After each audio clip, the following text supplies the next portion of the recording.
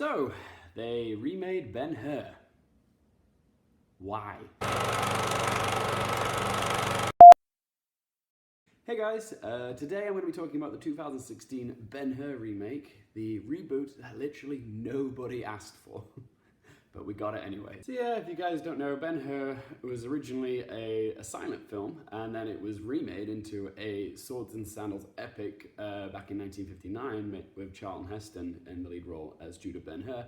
And the film went on to win 11 Oscars. It's sort of regarded as one of the best films of all time. And yes, now we've got another 2016 reboot edition because the world needs another reboot. So the story of Ben-Hur is about the title character, Judah Ben-Hur, who is a privileged man who's grown up in Jerusalem. He's a prince, he's very wealthy. The story revolves around Ben-Hur being falsely accused of treason by his adopted brother, Messala. After that, he's sold into slavery for 5 years, and he basically escapes slavery and makes his way back to Jerusalem, where he befriends this old wise man played by Morgan Freeman.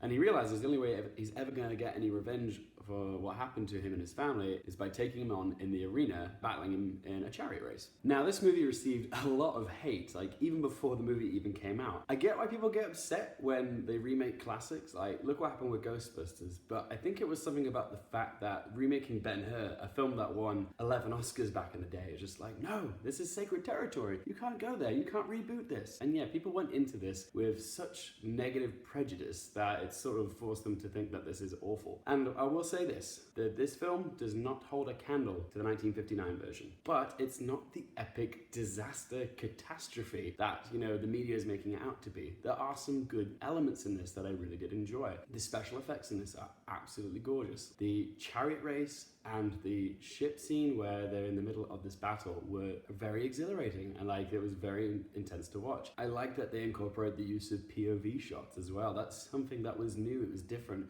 It sort of put you in the perspective of Judah Ben-Hur, and then you kind of felt like you were sort of living the action as it was happening. As the chariots were racing, things were flying past you, the horses were tumbling, you were falling with them. It was great. The locations and cinematography are gorgeous here, okay? They've done such a good job like capturing the local beauty. The interior and exterior cinematography are absolutely gorgeous, so well lit and like just so beautiful to look at. But yes, people are always inevitably going to hold this up to the previous Ben-Hur film.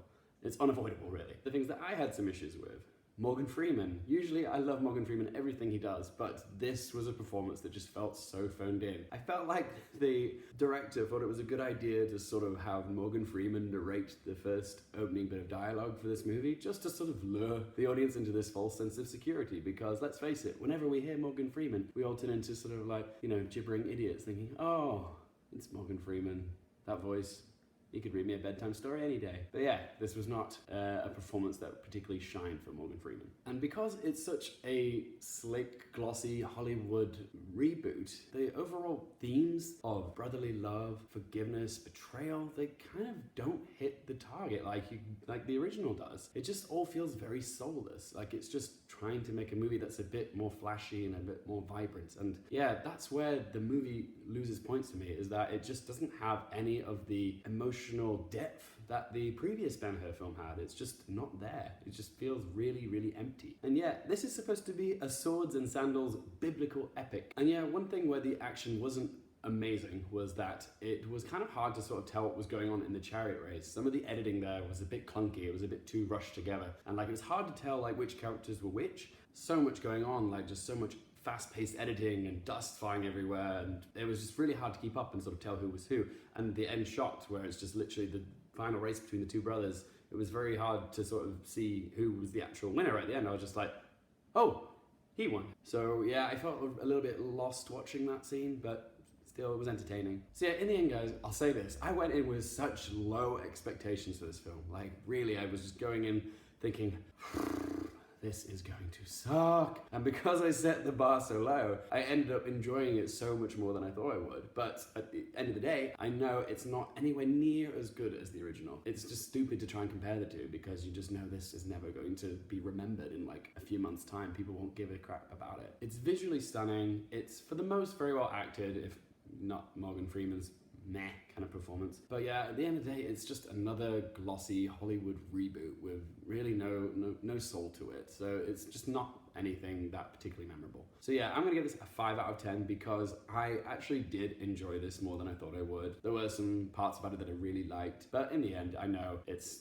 not something I'm ever going to watch again. It's just something that, you know, mindless escapism for a couple hours, but nothing that I'm really going to rave about and tell everyone else to go see this. It's pretty average. Thanks for watching, guys. For more stuff related to movies, TV, and popcorn culture, I'm Luke Hearfield. Thanks for watching.